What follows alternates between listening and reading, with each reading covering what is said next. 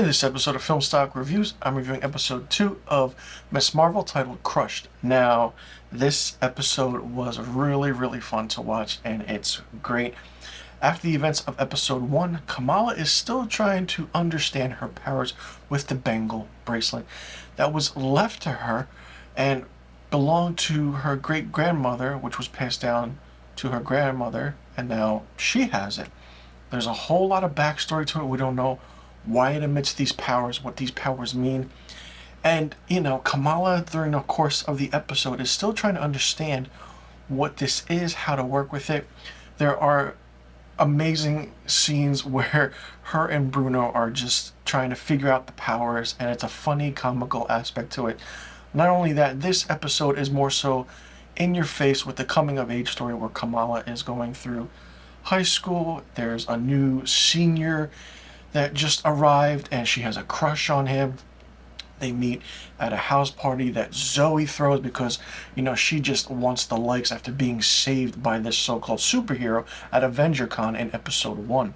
Now, not only that, there's a character named Nadia, another best friend, or cousin for that matter, who is, doing her own thing, is more proud to be a woman, and it's great. The dynamic and aspect of this episode is really fun. Not only that, the history of what, subtly, where we get about, what happened to the great-grandmother, and what this bangle bracelet means. These images, these apparitions, these tell-all signs of what Kamala is going through when she has this bracelet on is really intricate and in your face.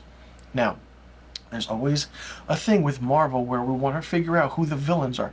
The villains basically in this series is Damage Control.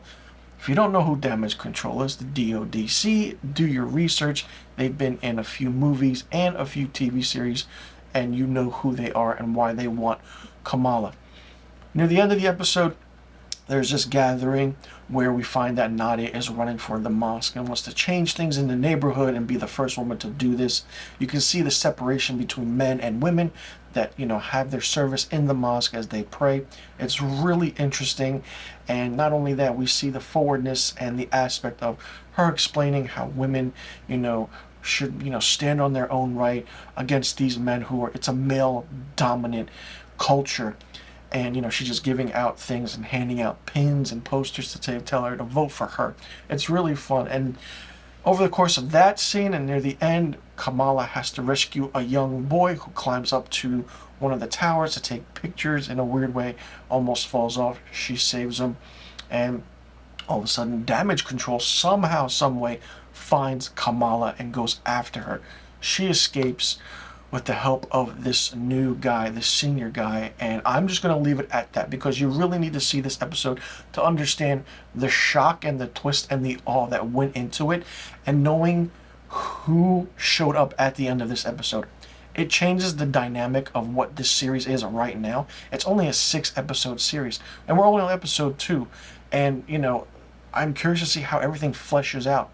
Any Marvel show that has close to 6 to 10 episodes is not bad, but they have to put and throw in certain things here and there. But with this episode, they really pushed the envelope of what the storytelling is, with subtle details of Kamala's father explaining what happened to his wife's mother and the history of the partition and how the British rule in the Pakistan and when it was Bangladesh. It all is in there, and you have to pay attention to understand what's happening and what's going on. I absolutely love this show. I went into it not knowing if I would like it or not because I'm not really versed on Miss Marvel comics that much, since she was just recently introduced about 10 years ago or so in the comic world of the Avengers. And, the aspect of it is that it's a coming-of-age story. She's coming into her own. She's becoming a woman. She is a fan of the Avengers and comic books, just like myself and everybody else out there who enjoys that kind of pop culture. And not only that, it's really interesting because it also shows what this culture goes through and what this culture is. And people are giving this show so much shit or giving it negative reviews. If you don't like it, don't watch it.